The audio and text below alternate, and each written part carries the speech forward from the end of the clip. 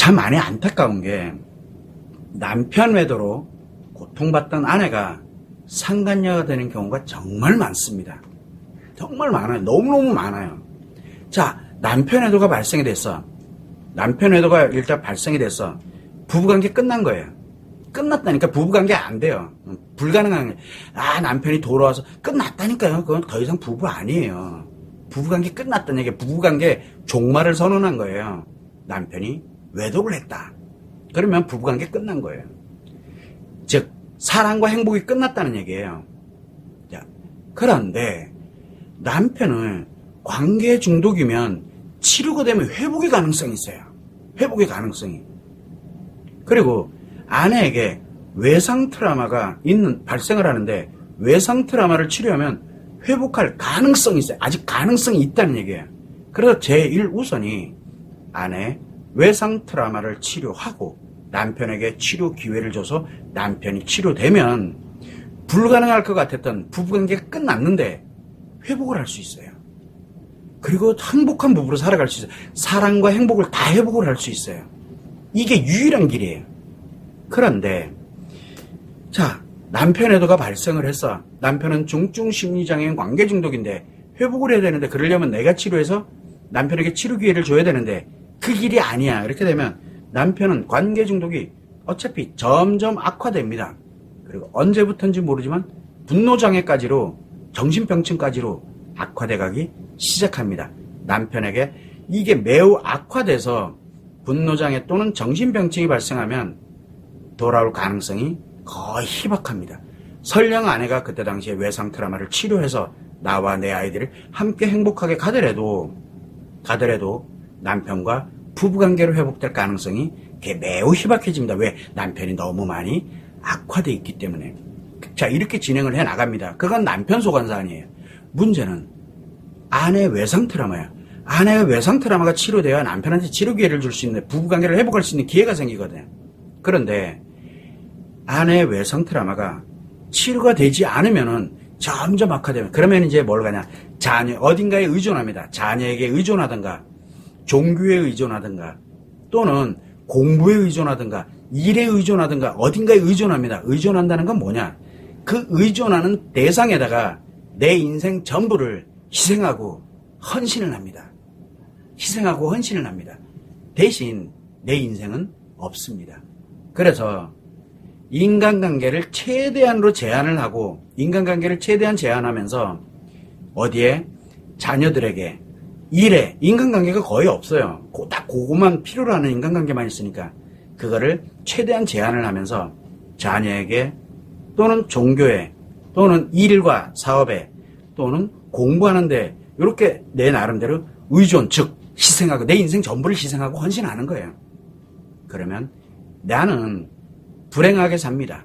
나는 불행하게 살아도 다른 사람들은 파괴하지. 어차피 내 인생 불행해지는 건 똑같아요. 물론 당연히 남편과의 관계는 없어요. 이미 끝났다니까, 외도가 발생하면서. 자, 문제가 하나 생겼는데 이게 아닌 거예요. 의존은 되어 있는데 인간관계가 넓어지네. 외도로 이 최악의 이제 상간녀가 되는 거예요. 그래서 의존돼 있을 때 자녀에 의존돼 있는데, 자녀에게 의존돼 있는데, 자녀의 학교 선생님이 됐던 학원 선생님이 거기에서 어벌레 돼버려. 인간관계가 넓어진다는 얘기예요. 그럼 이제 최악의 상간녀가 돼가기 시작하는 거예요. 그리고 또 종교에 이렇게 됐더니 종교의 같은 신자와 또 누군가와 거기에 또 완전히 자기 인생 다 날아가는 거예요. 최악의 상간녀가 그렇게 돼가는 거거든요. 그래, 공부를 한다. 공부할 때는 맞아요. 자기 인생 전부를 희생하면 되니까. 그런데 공부하면서 누군가를, 선생님과 그 다음에 또 예를 들어 옆에 있는 동료들과 함께 하는 사람들과 같이, 거기에 이제 자기 인생 상간녀 되는 거예요. 이 의존이 그래서 무서운 거거든요. 인간관계가 넓어지면 이유야말막론하고 무조건 최악의 상간녀가 됩니다. 너무 위험하죠. 불행해지게 사는 게 차라리 낫다는 얘기예요. 자기 인생을 버리고 그 대상에게 자기 인생 전부를 희생하고 헌신하면서 살면 됩니다. 그러면 불행하더라도 안정적으로 그래도 숨 쉬면서 살아가집니다. 그럭저럭 내 팔자가 그렇지 하면서 살아갈 수 있습니다. 그러나 그 의존되어 있는 것에 조금이라도 뭔가 인간관계가 넓어졌다. 인간관계가 만들어졌다. 그럼 별 것도 없이 무조건 최악의 상간녀가 됩니다. 자, 그런데 그것만이 있는 게 아니에요. 나 의존 안 해. 이제부터는 난 독립적으로 내 진짜 뭔가를 해야 될 거야. 그래서 대체적으로 많이 하는 게 대처해라. 대처하는 방법. 남편에도 어차피 부부관계 끝났는데 뭘 대처를 하고 해결하겠다는 거예요. 뭘 해결하고 해결해 끝났는데 이미. 어차피 이제 내가 끝낸 거를 더 빨리 끝내려고 그래서 대처하고 해결하고 대응하고 상담을 하고 이미 끝났는데 상담한다고 뭐 해결되나? 문제 해결한다고 될 문제가 아니에요 지금 이게. 상담하죠. 막 소송 막 하죠. 그리고 막 이혼도 막 하고 결국 무슨 얘기예요? 내 외상 트라우마를 엄청 키우는 겁니다. 최악으로 키워버립니다. 그러고 난 다음에 그러다가 나도 모르는 사이에 그거 냄새, 이 관계 중독자들은 최악의 외상 트라우마를 갖고 있는 여자들 주변에는 이상하게 관계 중독자들이 떼거지로 몰려듭니다. 그때부터. 몸과 마음을 뜯어먹으려는 사람들이 주변에 널려 있거든요. 근데 본인만 몰라요.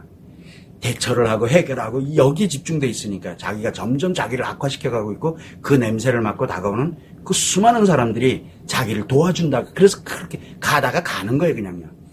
그래서 이유야를 막론하고 또 최악의 인생을 갑니다. 최악의 상간녀가 되는 거예요. 그러면서 뭐랍니까? 자기 최악의 상간녀가 됐어. 그래서 이 사람은 나를 도와준 사람이고 정말 나 힘들 때 이렇게 해준 사람이고 그렇게 자기를 합리화시켜 가면서 나의 몸과 마음을 초계와 같이 이용하세요 라고 하면서 자기 놀이개로 막 던져주면서 희희낙낙거리고 이게 행복이구나. 내 남편한테도 받지 못했던 관심을 이렇게 막 이제 내가 드디어 처녀 시절로 연애 시절로 돌아갔던 것 같은 감정 같은 소리 하고 그걸 자기 자신이 가지고 있는 모든 거 아이들까지 나중에 필요하면 아이들까지 던져줘요.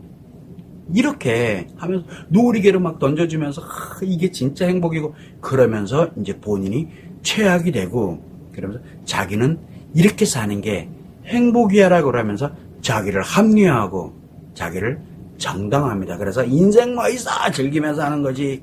자존감을 가져라. 자신감을 갖고 살아가라. 뭐 해라. 수많은 떠드는 사람들. 그 사람이 지금 외도하고 있는 사람이랑 최악의 상간녀가 돼 있다는 걸 여러분들은 모르실 거예요. 결국 그러다가 이제 자기가 이제 그렇게 됐어. 자기만 그러면 이제 이상하잖아요. 그러니까 수많은 사람들을 이제 주변에 있는 수많은 사람들을 다 최악의 상간녀로 만들어버려요. 그래서 외도로 고통받는 왜 바보같이 그러고 살아. 너도 즐겨. 막 이렇게 얘기하는 사람들. 유튜브에서 막 그냥 후뚝후뚝 벗고 막 신나게 재밌게 자신감 있게 가는 말도 안 되는 짓을 막 해요, 그냥요.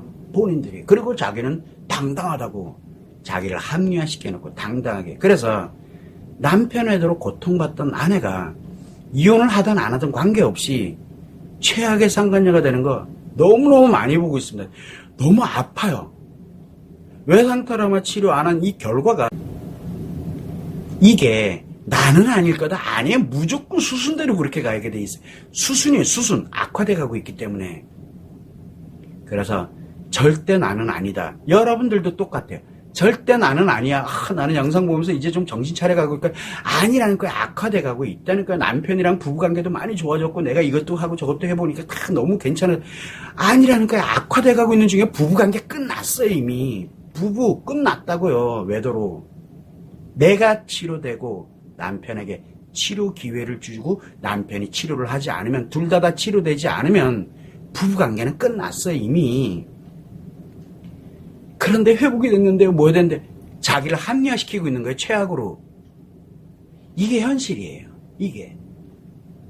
그래서 여러분들도 한번 생각해 보세요. 지금 내 주변에 배우자의 외도, 남편 외도로 고통받았던 아내들이 과연 어떻게 살아가고 있는지 한번 보세요. 여러분들이 가는 인생이 그게 어떻게 살아가고 있는지, 수많은 사람들이 어떻게 살아가고 있는지 한번 보세요. 그리고 여러분들도 똑같아요. 오늘 관련되는 거를 노트에다가 메모를 해놓으세요.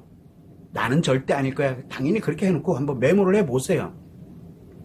그리고 나면은 몇 개월 후에 지나가 보면 아마 그 메모지 찢어버릴 거예요. 왜? 이미 그렇게 돼 가고 있거든요.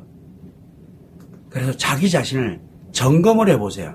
점검을 하면 내가 지금 불행한 인생, 즉 어딘가에 내 인생 전부를 희생하고 헌신하면서 불행하게 살고 있는지, 아니면은 진짜 내가 누군가가 남편도 한 번도 관심 안 주던 거 뭐 하는 걸 나도 모르는 사이에 거기에 막 이렇게 빠져들어가고 있는 건 아닌지, 최악으로 가고 있는 건 아닌지, 이미 제약이 돼 있는지, 그거 한번 보세요. 1개월마다 한 번씩 체크해 보세요. 언제 빠져드는지. 무조건 불행한 인생, 아니면 최악의 인생, 최악의 상간녀가 되는 그런 인생을 살아갈 수밖에 없어요. 길은 그 길밖에 없어요.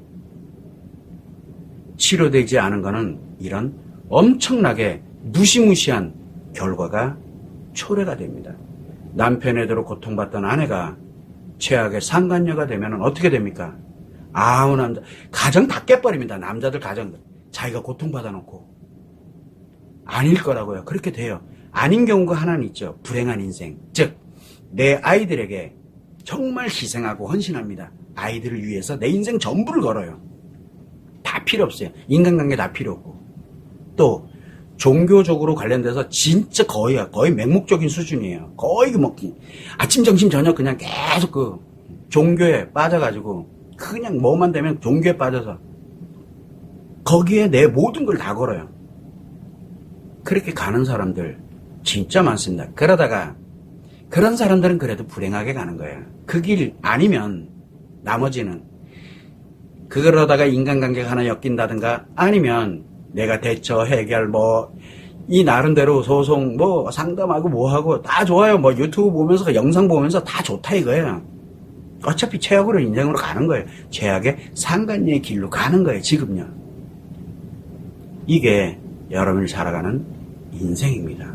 자, 그러면 여러분들의 외상 트라우마는, 남편의 애도가 발생이 됐을 때 여러분들의 외상 트라우마는 결국은 치료되지 않고, 치료해서 행복한 인생으로 치료되지 않고 살게 되면 불행한 인생, 아니면 최악의 상간녀가 되는 그 인생, 그 둘 중에 하나로 살아가게 됩니다. 그게 수순입니다. 여러분 주변을 돌아보세요. 그리고 나는 아직은 아닐지라도 언제든 그게 발생을 하게 됩니다. 그게 여러분이 앞으로 살아갈 인생입니다. 너무 끔찍하지 않으세요? 하루하루 숨 쉰다고 되는 문제가 결코 아닙니다. 여러분들이 무엇인가를 한다고 되는 문제가 결코 아닙니다. 여러분 인생 전부가, 그리고 내 아이들의 인생 전부가 걸려있다는 걸 꼭 명심을 하시고, 내 외상 트라우마가 내가 잘못한 게 아닌데 왜 내가 내 손으로 내 인생과 내 아이들의 인생을 불행 또는 최악으로 만들어야 돼. 그러려고 태어난 거 아니고, 그러려고 결혼한 거 아니고, 그러려고 내 아이 낳고 양육해온 거 아니잖아요. 이 점을 꼭 유념하시면 좋을 것 같습니다.